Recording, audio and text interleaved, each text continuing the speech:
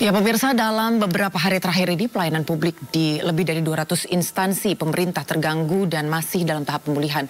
Setelah PDN diserang ransomware Lockbit 3.0 atau 3.0 bersamaan juga dengan peretasan pihak hacker yang dikenal dengan nama Brainchipper yang meminta uang tebusan senilai 8 juta dolar Amerika atau setara dengan 131,6 miliar rupiah. Permintaan ini tentu ditolak oleh pemerintah. Hingga akhirnya Pertas sampaikan akan merilis dan juga membuka akses data pemerintah Indonesia yang disandra secara cuma-cuma. Dengan syarat, negara memberikan pengakuan terbuka kepada publik atas kinerja mereka. Setelah berhasil meretas data, apa betul posisi hacker lebih kuat hingga mampu mengatur dan juga menguasai negara?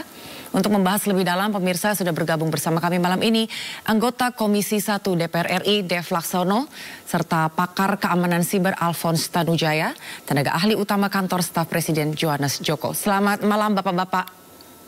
Ya, selamat malam Mbak Anggi, selamat malam Pak Alphonse, Pak Dev. Malam Pak Joko, malam Mbak Anggi, malam Pak Dev. Baik, terima kasih Bapak-Bapak sudah hadir di Sindo Prime malam hari ini. Saya pertama-tama ke Mas Johannes Joko dulu. Sebetulnya dengan terjadinya kejadian ini dan juga Presiden Jokowi sendiri sudah menyampaikan perlu adanya backup data seperti itu. Ada pesan lain yang disampaikan oleh Presiden terkait dengan hal ini? Karena kejadian ini kan bukan baru pertama kali ya Mas Johannes. Ya, tentu apa yang disampaikan Pak Presiden itu kan ada 3 hal Mbak. Yang pertama memang serangan cyber ini terjadi bukan hanya di Indonesia tapi di beberapa negara juga terjadi begitu. Lalu yang kedua memang kita perlu melakukan mencari solusi ke depannya agar apa yang terjadi hari ini itu betul-betul bisa menjadi masukan, pelajaran bagi kita ke depannya dalam kita mengelola arsitektur digital kita ke depan begitu. Dan yang terpenting adalah arahan dari Bapak Presiden tentang backup data nasional itu harus segera dilakukan dan Pak Menko Polhukam Pak Hadi itu menyampaikan bahwa teknisnya bahkan lapisnya itu sampai 4 lapis lah kurang lebih begitu. Artinya apa? Ya sekali lagi apa yang kita alami hari ini itu betul-betul menjadi pelajaran yang berharga untuk nanti kita ke depannya bisa lebih baik. Baik, dari Bapak Dev Laksono sendiri sebelumnya kan memang kita sempat membaca bahwa para hacker ini meminta adanya pendanaan, adanya pengakuan terhadap kinerja mereka sendiri. Kalau Anda sebagai anggota Komisi 1 DPR RI sendiri melihat kejadian ini sendiri seperti apa Pak? Ya, ini ada suatu pelajaran yang amat luar biasa berharga dan kalau menurut saya agak sedikit memalukan. Sebenarnya bukan sedikit, cukup memalukan. Kenapa? Karena ini sebuah semestinya ini kan adalah proyek besar yang dimana adalah proyek mercusuar pemerintahan saat ini yang merupakan perintah langsung dari Presiden untuk dijalankan. Akan tetapi pengimplementasiannya itu tidak berhasil dengan baik dilakukan oleh birokratnya Presiden. Nah, ini satu wake up call yang luar biasa kencang dan ini harus menjadi pelajaran yang sangat berharga bagi semua elemen bangsa dalam melaksanakan semua perintah-perintah Presiden untuk memiliki contingency plan yang berlapis. Nah, kita di hack ini kan bukan pertama kali, sudah beberapa kali. Dan ketika kita transformasi ke PDNS, ya walaupun masih S ya, tapi ini adalah tetap PDN. Jadi standar protokol pengamanannya, pelaksanaannya, SOP-nya mesti sudah sesuai dengan PDN. Lapisan firewall-nya itu sendiri, software-nya, technician-nya, jaringannya. Nah, itu semuanya sudah harus high level security-nya. Dan juga yang lebih menyedihkannya lagi, kok bisa kita nyimpan data dengan jumlah entah ratusan ribu atau jutaan terabytes ya, yang merupakan data ratusan KL, kok bisa sih kita nyimpan data nggak ada backupnya gitu, ya. Nah, handphone kita aja tuh setiap berkala selalu melakukan auto backup kepada cloud. Dan cloudnya pun juga ada backupnya. Jadi kalau misalnya handphonenya kita ini ya, baik itu Apple atau Android ya, itu katakan hilang, ketika kita mengaktifkan kembali itu kita bisa mengekstrak datanya. Dan kalaupun misalnya data centernya dari Apple itu crash, itu mereka ada memiliki backupnya. Jadi bisa dijamin 100% bahwa data kita tidak akan mungkin hilang. Baik foto, nama, segala macam. Bahkan data-data yang lalu pun bisa ke-ekstrak kembali. Betul. Nah ini kok data pemerintahan, data resmi, data pribadi seluruh warga Indonesia bisa hilang sampai pelayanan masyarakat, apakah itu paspor kah, ataupun itu juga mengurus beasiswa, itu semua jadi terganggu. Ini jadi momok yang sangat memalukan lah buat pemerintahan, dan ini harus ada langkah-langkah yang tegas dan jelas dari pemerintahan untuk memperbaiki hal ini semua. Iya. Gitu. Kalau menurut Pak Alfons sendiri seperti apa Pak? Tadi bahwa Pak Dev sendiri juga sudah menyampaikan ini sebetulnya bukan hanya pertama kali dan ini adalah pusat data. Apakah protokol keamanan dari siber kita sendiri memang masih kurang memadai atau memang secara infrastruktur memang masih belum mumpuni? Kalau Pak Alfons sendiri melihat secara teknis seperti apa? Secara teknis sebenarnya kita memiliki kemampuan kok, cuman kesadaran untuk menjalankannya saja yang rendah, dan hari ini mengakibatkan kepercayaan terhadap Indonesia runtuh. Kita bisa lihat bahwa banyak customer kami yang mempunyai kantor pusat di luar negeri, mereka langsung diaudit. Jadi kepercayaan di luar negeri terhadap cabangnya yang di Indonesia, dia takut. Lu bilang backup, gue mau lihat mana tape-nya. Ini Pak tape-nya, mana backup-nya ini, oke. Sekarang coba lu restore, gue mau lihat. Jadi kepercayaan itu runtuh. Jadi karena sudah berulang-ulang dan ini yang paling parah gitu loh. Dan ya saya harap kita belajar. Ini benar-benar kepercayaan terhadap pengelolaan data Indonesia ini sudah di dasar laut begitu loh. Dan ini terimbas kepada yang nggak bersalah, yang bikin salah PDN. Yang swastanya sekarang mereka jalankan dengan baik. Mereka kasih tahu saya, gue pusing nih, gue seminggu ini di audit, gue nggak bisa tidur. Kita tahu lah kalau di audit itu pasti orang audit itu akan mencari segala macam. Nah itu salah satu gambaran yang sedang terjadi. Jadi kepercayaan terhadap kita agak luntur ya. Kalau memang saat ini proses evaluasi dan juga pembenahan kan masih terus dilakukan begitu ya Pak Alfons. Tapi dengan diberikannya akses secara cuma-cuma yang akhirnya sudah disampaikan itu, sebetulnya masih bisa mengamankan data-data nasional kita nggak sih Pak? Data kita sebenarnya, kita to be honest ya, data kependudukan, KTP, data KK, data nomor telepon, data pemilikan kendaraan bermotor, data kesehatan, itu 2022-2023 sudah bocor. Jadi itu data kalau udah bocor nggak bisa batalin, nggak kayak bahan bocor kalau tabel selesai. Data itu kalau bocor, once it is in the internet, it is there forever gitu loh. Kita perlu tahu itu. Nah sebenarnya apalagi yang perlu dibocorkan saya nggak mengerti. Mesti sesuatu yang lebih rahasia lagi. Kalau Pertas ini mengklaim dia punya data yang saya sebutkan tadi, udah bocor, mau apain lagi gitu loh. Jadi ya sebenarnya itulah posisi kita. Lalu apakah data yang ini bisa balik ya? Kita harapkan dia kasih key-nya, kemarin dites harusnya bisa kembali. Cuman kalau tidak salah ada dua yang menjadi masalah. Yang satu barbuk, yang satu lagi logbit yang dikasih itu barbuk yang mengenkripsi VMware, lalu yang logbit ini mengenkripsi Windows. Nah, yang ngelola server ini harusnya mengerti, yang orang PDN please lah, kamu mengerti caranya, ada mirroring segala macam, ada teknisnya. Kalau nggak mengerti, cari orang mengerti. Karena kita beberapa dari teman yang berusaha membantu komunikasi dengan PDN, mereka malah bukannya malah tertutup gitu loh. Mau dibantu malah bukannya terima kasih, yang dikasih ini malah tertutup. Nggak mau, ya lama-lama orang nggak mau bantuin kalau begitu. Yeah. Justru ada yang dipertanyakan ketika sesuatu tidak dilakukan secara open begitu.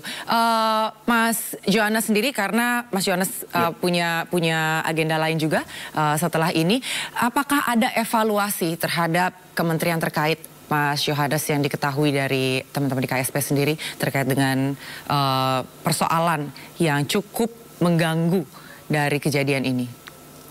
Ya, bukan hanya tentang kementeriannya ya Mbak ya, tetapi tentang bagaimana ekosistem dari arsitektur digital nasional ini itu yang harus dievaluasi bersama, dan proses itu sekarang juga sedang berjalan, segala sesuatunya juga terus dilakukan teman-teman Kominfo dan teman-teman BSSN, Pak Budiari maupun Pak Insa itu terus-menerus hari ini berkolaborasi untuk terus melakukan berbagai penanganan-penanganan, sehingga yang terpenting adalah Mbak, bagaimana layanan publik itu bisa segera pulih hari ini, sehingga masyarakat tidak dirugikan. Itu satu. Kemudian yang kedua adalah bagaimana bisa dilakukan evaluasi dan perbaikan sehingga arsitektur digital nasional ini ke depannya itu bisa memenuhi standar dengan tingkat keamanan yang lebih tinggi. Sehingga masukan-masukan, karena yang kita hadapi situasi hari ini adalah situasi perang begitu ya Mbak ya.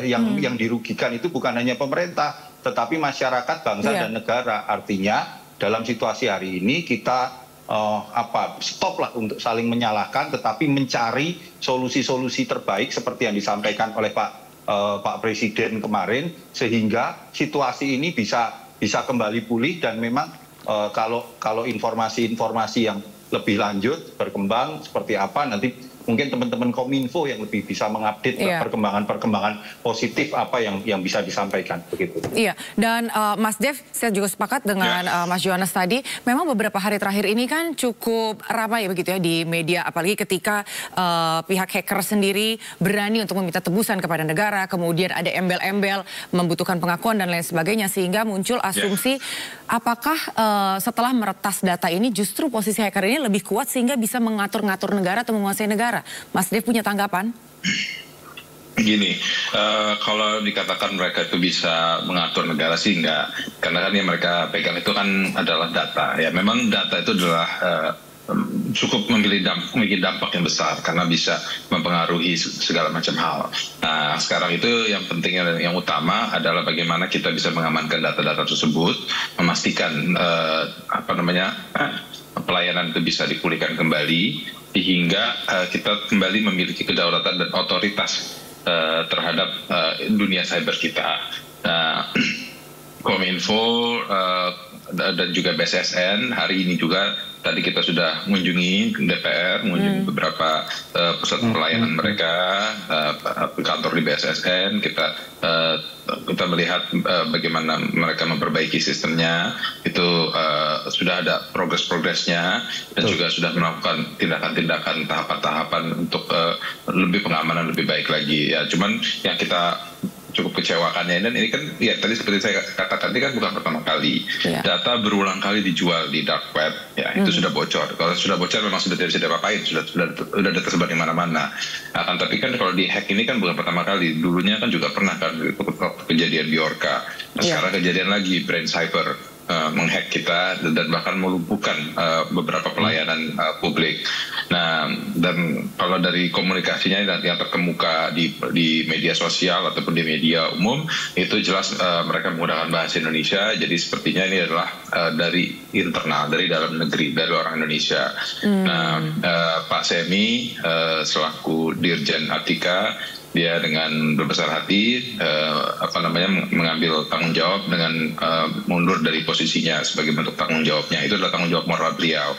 Nah, sekarang ini harus dilanjutkan ya dengan Kominfo dan BSSN untuk lebih kerap menyelesaikan persoalan ini dan terus menjalin komunikasi. Jadi jangan lagi menyalah-nyalahkan, jangan lagi bilang BSSN loh saya hanya terima alatnya, saya hanya menjalankan program dan mesin yang sudah kami terima, kami tidak terlibat di dalam pengadaannya, dalam pemasangannya, dalam settingannya, dalam pembuatan SOP-nya.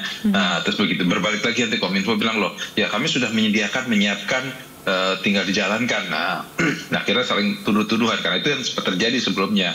Nah, sekarang ini direvisi kembali, didudukkan kembali ya, apabila memang perlu ditarik ke atas ke Menko Polhukam atau naik lagi ke atas sampai dengan Presiden turun langsung ya, kalau memang dibutuhkan ya itu lain ceritanya. Nah, tapi saya yakin para pembantu presiden ini mampu berkomunikasi dan bisa membuat formulasi yang tepat untuk menjalin komunikasi dan menciptakan suatu ekosistem yang lebih nyaman dan tenang. Gitu. Iya, karena sebetulnya kalau diperhatikan memang bukan hanya tanggung jawab satu individu saja. Ketika kami melihat bahwa Pak Semi akhirnya mengundurkan diri, memang sebetulnya bukan hanya tanggung jawab satu orang. Tapi ini betul tadi yang kata Mas Dev, bahwa ini sebetulnya kerjasama dan kolaborasi sama-sama. Pak Alfon, sebetulnya bagaimana dengan protokol keamanan yang dimiliki oleh keamanan siber kita sendiri sebetulnya. Karena jika tadi diperhatikan bahwa ketika Presiden Jokowi menyampaikan perlu adanya backup data, ini kan sebetulnya persoalan yang simpel, yang paling dasar, tapi justru tidak dilakukan. Apakah memang tidak mumpunikah atau memang belum sampai ke sana begitu? Memikirkan pola pikir IT begitu? Harusnya pengelola data itu malu kalau sampai, jangankan presiden mesti ngomong, kalau sampai menteri mesti ngomongnya kita malu. Ini menteri Polhukam, bahkan sekarang presiden yang mesti ngomong tolong backup data kamu gitu loh. Harusnya waktu kamu ngelola data, kamu udah tahu data itu harus di backup. Hal yang paling simpel, Orang teriak-teriakin kamu nggak dengar, sekarang mesti presiden, kasihan presiden ngurusin kamu backup data. Nah, yang ngelola data, please listen and know what happened, where you are at this moment gitu loh. Tolonglah sadari gitu. Sekarang mesti presiden yang ngomong tolong backup data. Presiden bukan ngurusin backup data, urusan banyak itu. Presiden mesti ngomong backup data. Apa nggak malu gitu loh kita? Iya, tadi seperti disampaikan juga pada akhirnya Menko Polhukam juga angkat suara. Mas Yohanes tadi juga sempat spill begitu ya. Ada juga pandangan dan juga pendapat yang disampaikan oleh Menko Polhukam dan tentunya juga sudah berkoordinasi dengan Presiden sendiri. Bisa disampaikan juga Mas Yohanes untuk rencana ke depannya sendiri. Ya, kita tunggu aja Mbak kerja-kerja yang sekarang dilakukan oleh teman-teman Kominfo dan BSSN, karena Pak Alfons sendiri juga paham bagaimana penanganan data ini harus dilakukan dengan prudent, kemudian dilakukan dengan tingkat kerja-kerja yang betul-betul tenang, penuh kesabaran. Karena kalau tidak, ini kan terkait dengan Pak Dev tahu ini tentang keamanan negara. Jadi kita tunggu saja Mbak. Bagaimana hari ini kita tahu benar teman-teman Kominfo dan BSSN itu sedang berjibaku 24 jam untuk melakukan yang terbaik bagi bangsa dan negara ini. Sebetulnya kan kita kalau memperhatikan juga bahwa proses pemulihan ini kan membutuhkan waktu ya, Mas Yohanes, Mas Dev dan juga Pak Alfons begitu. Dengan situasi Indonesia yang saat ini memang seperti sekarang ini begitu kan, apakah nantinya ini akan mempengaruhi bagaimana investor memandang negara kita dan nantinya akan berdampak kepada pertumbuhan ekonomi? Semoga tidak lah, kita harapkan ya ini jangka pendek, semoga kita bisa mengubah kebiasaan kita dan ini ya udah terjadi, kita hadapi ini faktanya, kita mengubah. Tolonglah pengelola data sadari apa kewajiban ada, jalani aja standar pengelola data yang baik, ada ISO semuanya, tinggal di Google baca dan jalani itu aja. Ya, Mas Dev? Ya. Saya yakin sih tidak akan ada dampak kepada pertumbuhan ekonomi ataupun juga kepada dunia investasi, karena itu adalah hal yang berbeda. Investasi kan lebih berkaitan kepada satu, kepastian hukum ya, terus dua, insentif pajak ya, terus tiga, lebih kepada ketersediaan sumber daya manusia ataupun sumber baku produknya, lalu juga pada logistiknya. Hal itulah yang lebih menjadi tolak ukur untuk memastikan investasi dan pertumbuhan ekonomi kita. Ini memang agak sedikit above lah, sedikit hurdle, akan tapi bukan berarti menjadi satu halangan ataupun nilai penghambat. Oke, baik, kita akan jeda dulu sebentar para narasumber dan terima kasih untuk Mas Yohanes Joko yang harus kembali melanjutkan agendanya. Nanti kita akan kembali melanjutkan perbincangan ini dengan Mas Dev Laksono, anggota Komisi 1 DPR RI, dan juga Bapak Alfons Tanujaya selaku pakar keamanan siber. Jangan kemana-mana pemirsa, Sindoprem akan segera kembali sesaat lagi.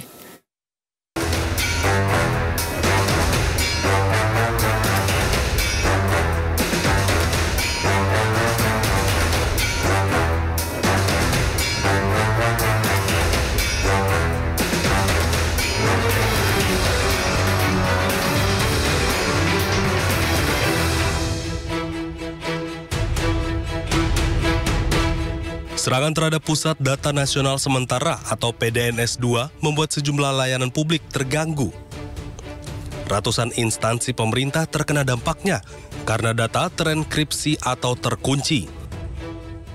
Pusat Data Nasional diretas sejak 20 Juni 2024 oleh data ransomware Lockbit 3.0.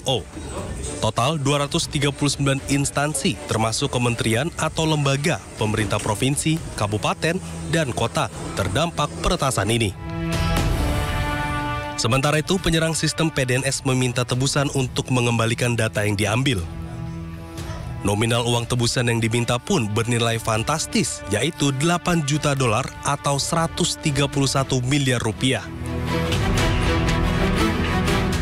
Dengan resource yang kita miliki, yang jelas data yang sudah kena ransom ini sudah tidak bisa kita recovery, ya. Jadi kita menggunakan sumber daya yang masih kita miliki. Yang nomor satu, kita mengidentifikasi ada tenan-tenan yang masih memiliki backup, ya, di lokasi Surabaya maupun yang ada di lokasi Batam. Jadi kira-kira jumlahnya 44 tenan. Jadi ini kita masukkan sebagai recovery stage 1 gitu ya. Jadi kita kontak, kemudian kita klarifikasi dengan para tenan dan mulai kita upayakan untuk bisa kita aktifkan layanannya, tentu melalui medium temporer ya. Setelah melakukan peretasan, kelompok hacker Brainchipper pun meminta maaf kepada seluruh warga Indonesia atas serangan ransomware tersebut. Mereka menegaskan keputusan ini dilakukan secara independen tanpa ada campur tangan pihak lain.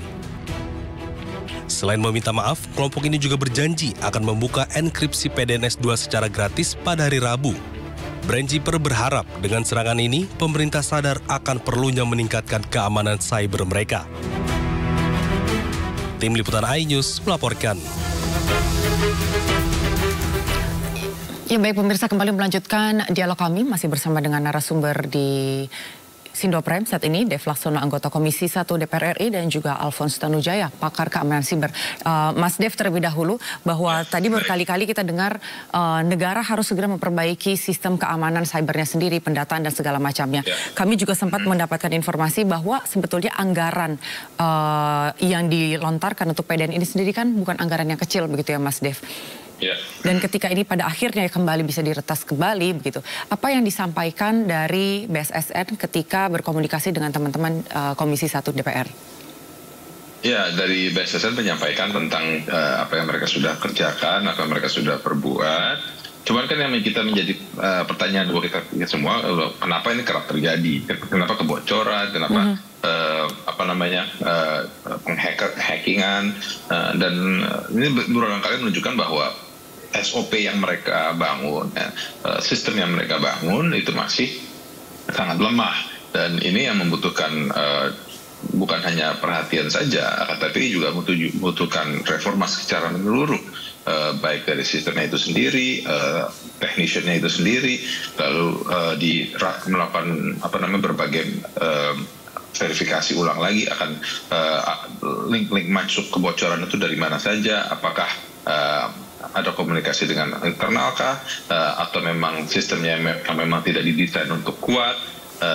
Ini karena kalau penyerangan dari asing ya, ataupun yang terjadi di negara luar ya, itu memang bukan hal yang sering terjadi di macam-macam negara adidaya seperti Amerika atau negara-negara maju, negara-negara barat itu juga sering baik websitenya ataupun juga central sistemnya itu diserang dari luar. Tapi setiap kali ada serangan, betapapun hebatnya itu, betapa complicatednya virus yang berhasil dikirim, mereka dapat cepat melokalisir, menutup link-nya itu, sehingga tidak sampai berhari-hari dan sekian lama kebocoran ini terjadi. Ya, nanti kalau ke depannya itu kita memiliki suatu musuh yang memang sangat serius, bisa saja dimasukkan software ataupun juga virus yang benar-benar mematikan dan menghancurkan, merusak seluruh data yang kita miliki, sehingga benar-benar kita hilang datanya secara keseluruhan.